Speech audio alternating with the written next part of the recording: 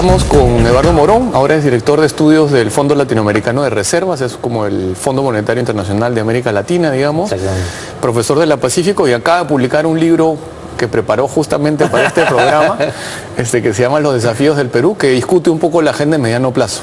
Pero qué gusto estar contigo, Pablo. Efectivamente, el libro en realidad recoge varias de las columnas que yo he escrito por más de una década acá en los diarios en Perú, y en realidad trato de sacar un conjunto de desafíos. Al final he tomado 6 para no aburrir, porque también uno podría pensar en que hay 60, ¿no? Voy a leer una frase que está en la contratapa del libro, que en verdad eso es lo que he leído hasta ahora. Los economistas somos una mezcla de sacerdotes y abogados. Nos pagan por usar argumentos para convencer a un público que no necesariamente está de acuerdo. Eso es como Freakonomics versión Lalo. Bueno, ¿cómo se llama? Yo siempre le decía a mis alumnos que en realidad yo casi fui cura, ¿no? A la última semana decidí estudiar en la UP en lugar de irme a Chile al seminario, o sea que en realidad hay algo de cierto en eso. Bueno, a mí me quisieron meter al sodalicio, ¿no? Imagínate el error que iban a cometer. Imagínate los errores que iban a cometer. Y en realidad yo siempre he sentido que hay eso, ¿no? Que uno trata, digamos, de convencer, como cualquier sacerdote o como cualquier abogado, sobre un conjunto de ideas que uno cree que son las más adecuadas, digamos, para su economía, ¿no? Y por eso que de alguna manera la inspiración viene de ahí, ¿no? Tú has partido los desafíos en 6. ¿Qué tal si tratamos de tocar 3 en cada bloque? Bueno. Crecer más que el mundo, construir una economía más resistente a las tormentas, dotar de oportunidades a todos los peruanos, hacer que nuestras empresas sean competitivas para el mundo, construir un mecanismo que brinde pensiones dignas a todos y construir una democracia eficaz, ¿no? Y estamos en el día de la sentencia del tribunal, o sea que con el 5º punto podemos tocarlos del tribunal o cuando quieras. Sí. Bueno, si quieres empezamos por lo del tribunal, porque finalmente, digamos, creo que era muy esperado, ¿no? Creo que la sentencia dentro de todo ha sido buena, ¿no? Porque primero le establece un plazo, no es un tema de mañana empieza a pagar todo, sino que, oye, hay que mirar los números y hay que pagar esto. Segundo, creo que lo otro que es favorable de la sentencia es que no establece una sola forma de pago, habla de terrenos del Estado, de cash, de dinero, o de bonos, ¿no? Entonces, podrían ser impuestos también, creo yo. Tranquilamente, eso no implica, digamos, una premura fiscal para el MEF. Y tercero, que, digamos, creo que dentro de todo es una deuda más fácil de reconocer que lo que ha sido, digamos, FONAVI, ¿no? O sea, FONAVI era un pasivo contingente complejo para el ministerio, porque a diferencia de esto no había pues un registro perfecto de la deuda, de cuál era la deuda y los deudores. Acá es mucho más fácil, ¿no? Acá hubo un conjunto de personas que fueron confiscadas y por lo tanto, digamos, hay un conjunto de bonos que fueron emitidos para dichas personas. Obviamente en el camino mucha gente se aburrió y vendió, ¿no? Pero finalmente, digamos... Yo entiendo que un montón de bonos nunca salieron del Banco de la Nación, o sea que eso simplifica más todavía, ¿no? Claro. Entonces, y establece, que creo que es un punto que me parece que es bueno, que establece prioridad de pago a justamente aquellas personas que tienen todavía el título en la mano, ¿no? Entonces, me parece que es razonable, ¿no? O sea, obviamente que esto es una contingencia fiscal, esto no es algo que estaba previsto de ser pagado, ¿cómo se llama?, el año pasado o este año o el siguiente, ¿no? Entonces, y el monto, digamos, dependerá de todos estos cálculos que haga el ministerio.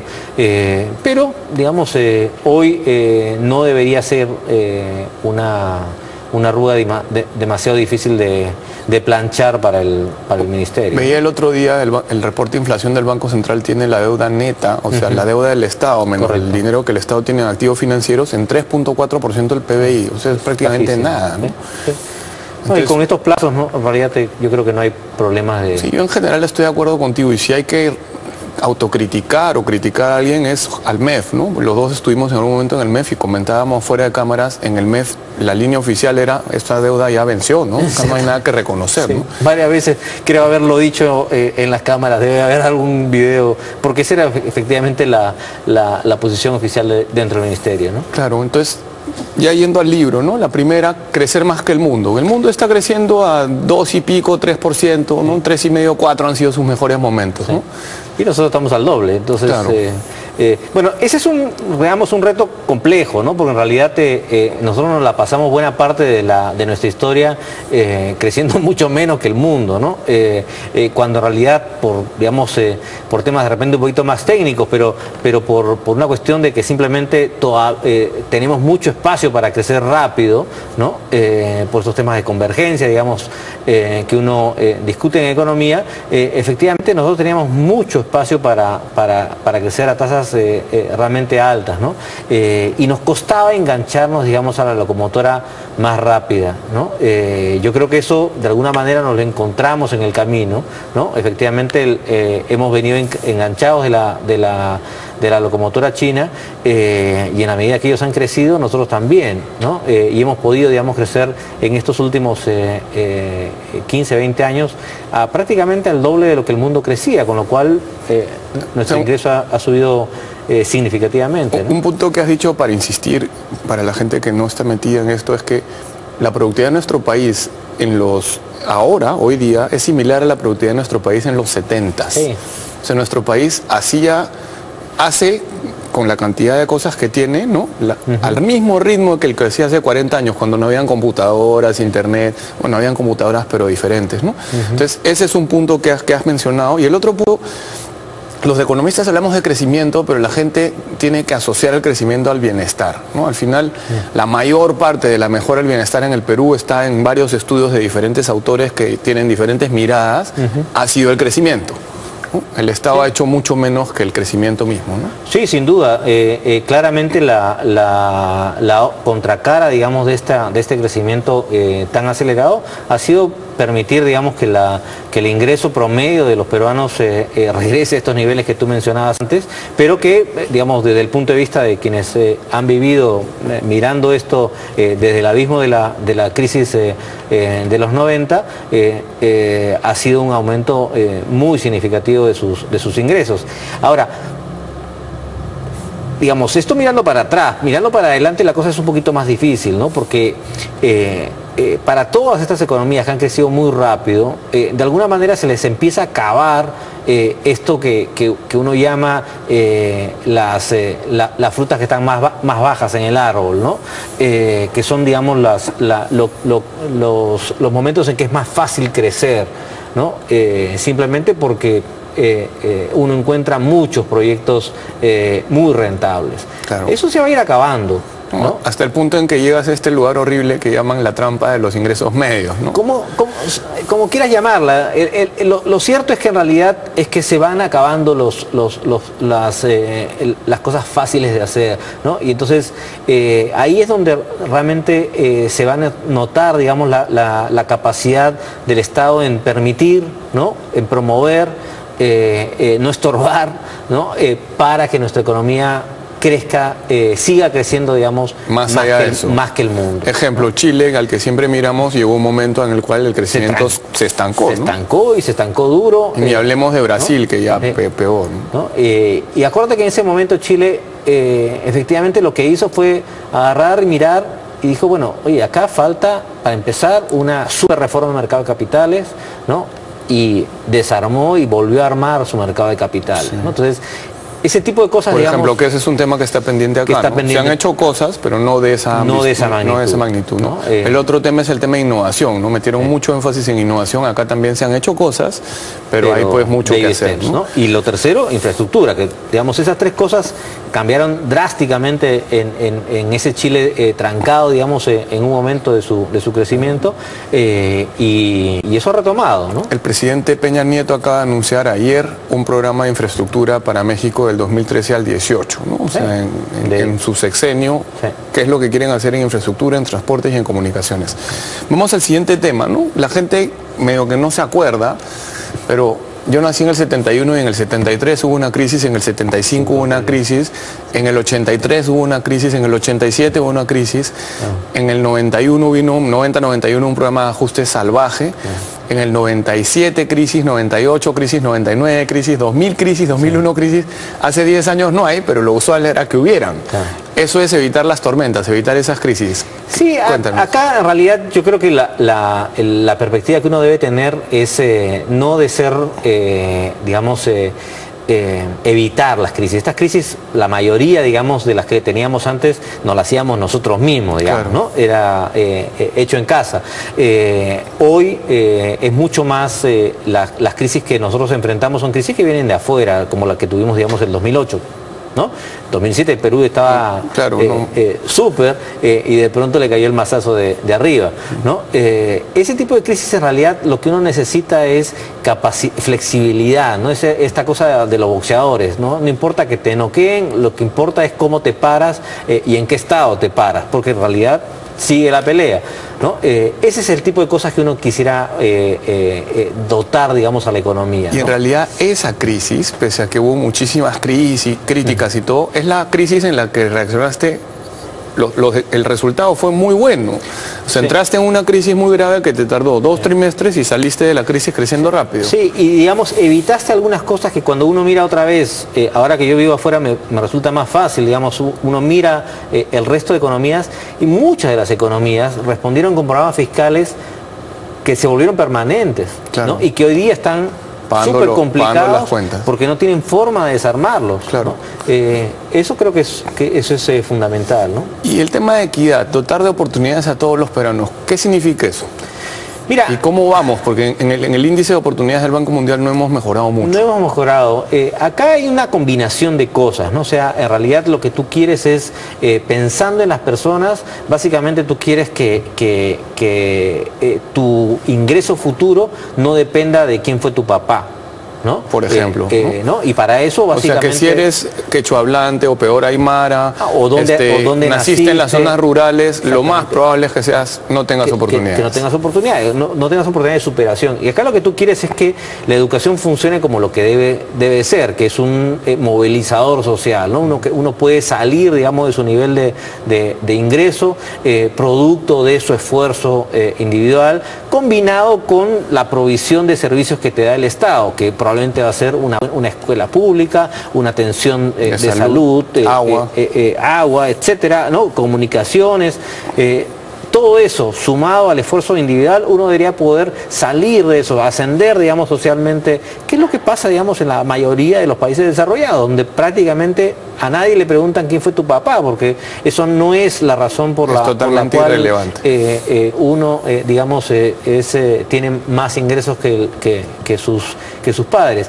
Eso, digamos, claramente es una enorme restricción para la mayoría de los peruanos, ¿no? Por la calidad de la provisión de los servicios públicos. Algo se está haciendo, ¿no? Estamos, digamos, viendo cómo efectivamente hay una preocupación ya no solamente de este gobierno, del gobierno pasado. Se emprendió una reforma que para muchos, digamos, era imposible de hacer, que es la reforma del magisterio, que se optó por... Regresamos con eso, y con lo que se está haciendo ahora y con los 3 desafíos siguientes tras la pausa.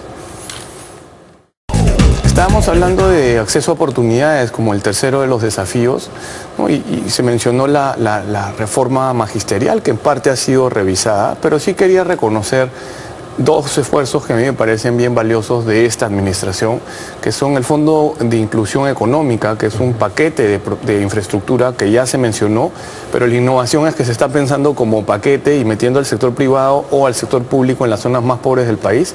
Y el otro es Aliwarma, que es una apuesta bien ambiciosa, que tiene complicaciones logísticas, pero se trata de darle mejores servicios a las personas más humildes y enganchar a algunos de los proveedores de las zonas o los productores de las zonas en el programa. Pero regresando a la idea de acceso a oportunidades, creo que el énfasis deberían ser los niños, ¿no? Y el Estado pues lentamente está yendo hacia allá, está hablando ya de Cunamás, del FONIE que hemos mencionado y otros programas. ¿Alguna otra idea así relevante, grande en el tema de oportunidades? Mira, yo creo que lo que importa mucho acá es la perseverancia, ¿no? Acá la idea es que por más que cambien estos gobiernos, mucho lo que han hecho en realidad son mejoras a los programas previos, ¿no? Más que nuevas cosas o una modificación sustancial de los programas. Muchos de estos programas requieren esa perseverancia, una dotación que no sea de alguna manera cambiada de la noche a la mañana, simplemente porque cambió el gobierno y cambiaron las prioridades, y acá lo que la gente quiere es simplemente tener la certeza de que efectivamente va a tener ese apoyo en sus siguientes años de vida. Ahora, de repente, ¿cómo se llama? Acá lo que está faltando es parte de esto que mencionabas tú de lo de Peña Nieto, porque en realidad buena parte de lo que significa ese esfuerzo de mayor infraestructura implica en muchas zonas mejora de calidad de vida, mayor integración a los mercados, mayor capacidad de que efectivamente haya nuevas oportunidades, porque se abre, digamos, la posibilidad de mercados más cercanos para esos productores, para esas familias, para mercados de trabajo. Además, la gente sale por sí misma, ¿no? Sí. No es que esté recibiendo una transferencia del Estado. Simplemente lo que necesitas es bajarle, digamos, ese impuesto que implica tener caminos malos, digamos, en la... Richard Webb hizo un trabajo que está bien interesante, que habla pues de reducciones de horas por caminitos rurales, ¿no? Sí. En el tema de empresas competitivas, ¿no? Pues tenemos así campeones globales, bien contaditos con los dedos, ¿no? Sí. Pero por ejemplo, uno es Añaños. América Economía hace un ranking de cuánto de tus ventas son afuera del Perú o de tu país, y Añaños está en el ranking. Pero que lleguemos pues a tener 15, 20, 50 empresas, 100 empresas, y muchas ahora tienen acceso al capital, tienen un montón de cosas, pero no dan el salto. Sí, acá yo diría que hay un par de mensajes que me han provocado, digamos, la ira de varios, ¿no? Una es, digamos, tenemos este sueño muy romántico de que la empresa pequeña es lo máximo, ¿no? Y hay que promoverla y esto. O sea, yo no digo que no hay que promoverla. En realidad lo que hay que hacer es, uno quisiera promover empresas que crecen, no empresas que permanecen pequeñas. Una empresa que permanece pequeña es porque realmente no le va bien, ¿no? O ¿no? porque son mecanismos de salida de la pobreza, pero después se quedan en la informalidad y nunca son típicamente empresas de subsistencia, ¿no? Entonces, eso no es lo que uno quisiera. Lo que uno quisiera promover, al menos desde el Estado, uno quisiera promover que esas empresas crezcan, que esas empresas naturalmente van a toparse en algún momento que su mercado local es muy chico, ¿no? O sea, si Añaños quisiera venderle todas las gaseosas que produce, probablemente no alcanza acá este mercado. Y no tendría la pulga Messi haciendo propaganda. Exactamente, ¿no? Entonces, en realidad lo que uno quisiera es ese primer mensaje, que las empresas que uno quiere son empresas que crecen.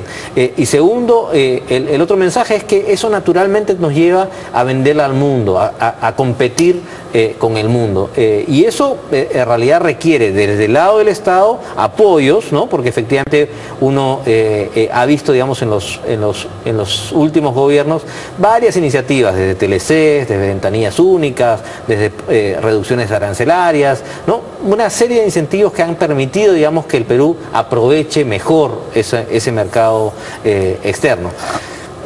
Obviamente que siempre faltará, ¿no? A mí siempre me llama la atención el acceso al capital que tienen las empresas medianas para arriba y cómo no lo usan. O sea, pueden salir al mercado de capital privado localmente o internacionalmente. Carlyle, uno de los fondos más grandes del mundo, ya está acá. KKR, Blackstone y Apollo vienen a cada rato. 2, 3 y 4 prácticamente, son de los más grandes. Deuda local, si le emites una FP encima te sale barata la deuda, ¿no? Y hay un montón de otros que te la compran. Y andan en lo mismo, en que el banco les tiró una cartita de crédito. ¿Por qué? Porque no quieren publicar sus estados financieros, que es la excusa o la realidad, porque no tienen gobierno corporativo, ¿no? Sí, en muchos casos yo creo que hay un temor a competir, ¿no? Y realmente en algún momento, digamos, se los va a llevar la competencia o local o internacional. En el país en que te chuponean y hackean 20, ¿no? No quieren publicar los estados financieros. O sea, si son relevantes para algo, ya los tiene el otro, ¿no? Sí, sin duda. Construir un mecanismo de pensiones dignas, ¿no? Sobre este tema hemos hablado un montón. ¿Por qué no le explicas a la gente cómo crees que debería ser? Mira, básicamente lo que uno quisiera es que la gran mayoría de los peruanos, ¿no? Pudiera sentir que luego de sus años de trabajo va a tener la certeza de tener un ingreso relativamente suficiente para atender sus gastos durante esa etapa. Que ahora, ¿no?, es 35 al 40% de tu sueldo será tu pensión, más o menos. Más o menos, ¿no? Dependiendo de los casos individuales. Entonces, eso es lo que uno quisiera. Ahora, eso parece muy sencillo, dicho así. El problema es que efectivamente en el camino, la construcción de eso, tanto por el esfuerzo individual, como, o sea, las decisiones individuales, como por el mecanismo propiamente dicho, no necesariamente eso pasa, ¿no? Entonces acá lo que uno quisiera es corregir algunas cosas que todavía, digamos, no se han corregido, ¿no? O sea, hay este mito, digamos, de que es malo lanzar fondos afuera. El Banco Central ha hecho un esfuerzo enorme, digamos, para vencer este mito, y hoy es más fácil que el banco siga aumentando simplemente por reducirle a esas personas que se van a jubilar eventualmente el riesgo de que les toque jubilarse en una crisis mundial. Cualquier caída del cobre, por ejemplo, te arruina, ¿no? Y, digamos, para eso tú quisieras, digamos, que se diversifiquen los fondos, preocupándote por ese tema inicial, que es que esta persona pueda, en su etapa de jubilación, tener fondos suficientes para esos años de vida. Ahora, acá, digamos, hemos hecho una reforma grande, ¿no? A inicio de los 90, y hemos ido corrigiendo esa reforma de manera sumamente tímida, y nos hemos, digamos, quedado todavía con la reforma pendiente, que yo creo que es la que más visible está dentro de este tema, que es la provisión pública de pensiones, ¿no? Ese tema se ha querido, digamos, dejar ahí en el tintero, y yo creo que lamentablemente lo que uno mira, digamos, cuando analiza el tema, es que va a haber grandes decepciones, ¿no? Asociadas a esa hace provisión. Poco dijo que 2 de cada 3 pensionistas públicos no van a recibir pensión. Sí, entonces ese tipo de sorpresas son las que uno quisiera evitar. Ahí claramente lo que está mal es el mecanismo, ¿no? Entonces no es que la persona no esté aportando. Algunos sugieren que es inconstitucional, ¿no? Y lo van a cuestionar, sí, claro, ¿no? Yo me imagino que cuando eso empiece a llegar, digamos, vamos a tener salidas un poco por afuera del mecanismo, ¿no? Y el tema final, construir una democracia eficaz. O sea, hay gente que no reconoce la importancia en las instituciones. Si queremos pasar al siguiente nivel, tenemos que tener instituciones, tenemos que tener partidos políticos, tenemos que tener poder judicial. ¿Por qué no nos cuentas un poco? Sí, ahí, digamos, el tema es muy amplio, y creo que uno debe entenderlo, digamos, de la manera más sencilla, ¿no? Uno quisiera tener digamos, un Estado que haga bien las cosas, ¿no? Que se preocupe por corregir lo que está mal, ¿no? Que suspenda, digamos, programas que no funcionen, que tenga palabra, ¿no? O sea, el vaso de leche, o sea, yo era chiquito cuando salió el primer informe de Lorena Cáceres que decía que había que cerrarlo, y 20 años después seguíamos. Hay, digamos, hay una lista mínima de cosas que uno quisiera que efectivamente pasen, ¿no? Hay cosas muy complicadas, ¿no? Digamos, de repente tu invitado de mañana va a ser mucho mejor en esta parte, ¿no? Porque, digamos, hay una discusión muy grande de si este esquema que se tenía, digamos, de partidos políticos como intermediadores de intereses es el relevante hoy. Hace rato, no solamente en Perú, en una gran mayoría de países, eso no funciona, pero no funciona, pero ni siquiera medianamente, ¿no? Y claramente, de repente la salida no está por ahí. Entonces tendríamos que pensar, digamos, en otros mecanismos que permitan hacer eso mismo, que es simplemente hacer que la gente exprese su opinión con respecto a un conjunto de temas fundamentales, y encuentre una manera de que alguien provea eso, ¿no? En Perú, claramente nuestras ganas de vivir, o nuestra apreciación de las bondades de la democracia son de las peores de la región, ¿no? O sea, entonces hay mucha tarea ahí pendiente, ¿no? Yo creo que de alguna manera estas reformas que se están planteando en servicio civil, en ¿cómo se llama? En el sistema de salud, son reflejo, digamos, que nos empezamos ya no solamente a preocupar, sino empezar a ocupar de los temas de tener, digamos, una democracia eficaz, ¿no? Bueno, Lalo, muchas gracias. Ya vieron el libro Los desafíos del Perú. Yo solo he leído la contratapa, les sugiero que lo compren y lean todo el libro. Muchas gracias porque hemos conversado un poco sobre el Perú en el mediano plazo. Nos vemos mañana.